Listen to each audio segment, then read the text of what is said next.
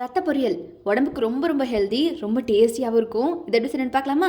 முதல்ல ஆட்டு ரத்தத்தை வாங்கி க்ளீன் பண்ணி எடுத்துட்டு நல்லா கரைச்சி வச்சுக்கோங்க. அதுக்கப்புறம் இந்த மாதிரி எண்ணெயில் ஹீட் ஆனதுக்கப்புறம் கடுகு, கடலைப்பருப்பு, சின்ன வெங்காயம், கருவேப்பிலை, வரமிளகா இதெல்லாம் போட்டு வதக்கிக்கோங்க. வரமிளகாக்கு பதிலாக பச்சை மிளகா ஆட் பண்ணிக்கோங்க. இங்கே இல்லை, அதனால வரமிளகா ஆட் பண்ணியிருக்கிறோம். இல்லாதனால ஆட் பண்ணியிருக்கோம். நீங்கள் பச்சை மிளகாவை ஆட் பண்ணிக்கோங்க. இதெல்லாம் போட்டு நல்லா வதக்கி எடுத்ததுக்கப்புறமா இந்த பதம் வந்துடணும். அந்த ஸ்டேஜில் நம்ம நல்லா எடுத்து கரைச்சி வச்சிருக்கிற ரத்தத்தை உள்ளே ஊற்றி நல்லா இந்த மாதிரி கிண்டி விட்டுக்கோங்க. அப்புறம் தேவையான அளவுக்கு உப்பு போட்டுக்கோங்க.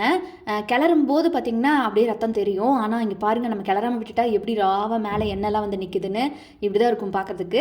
நல்லா கிண்டி விட்டுக்கோங்க. அப்புறம் கொஞ்சம் நேரம் வெயிட் பண்ணணும். இந்த தண்ணிலாம் இருக்குள்ள ரத்தத்துக்குள்ளே, அந்த தண்ணிலாம் சுண்டுட்டும் இப்படி கொதி வந்துகிட்டே இருக்கும்.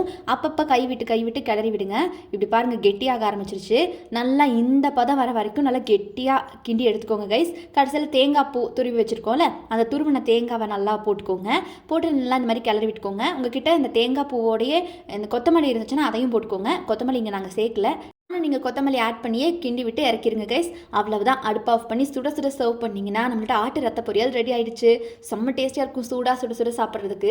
இது ஹீமோக்ளோபின் லெவல் இன்க்ரீஸ் பண்ணுங்க கைஸ். இந்த சுவரட்டி சொல்லுவோம்ல, அதே ஈக்குவல் சத்து இதுலேயும் இருக்குது கைஸ். எனர்ஜி லெவலை பூஸ்ட் பண்ணும். அப்புறம் அம்மா கூடவே மட்டன் குழம்பு வச்சுருந்தாங்களா, எப்போவுமே ரத்த பொரியல் செஞ்சு அந்த மட்டன் குழம்பு, மட்டன் சுக்கா, மட்டன் கிரேவி இதெல்லாம் கூட இருந்துச்சுன்னா செம்ம காம்போவாக இருக்கும். அந்த ரத்த பொரியலை வெறும் சாதத்தில் பிசைஞ்சும் சாப்பிட்லாம், சைடிஷாகவும் சாப்பிட்லாம். கண்டிப்பாக எடுத்துக்கோங்க. உடம்புக்கு ரொம்ப ஹெல்தி. செஞ்சு பாருங்கள்.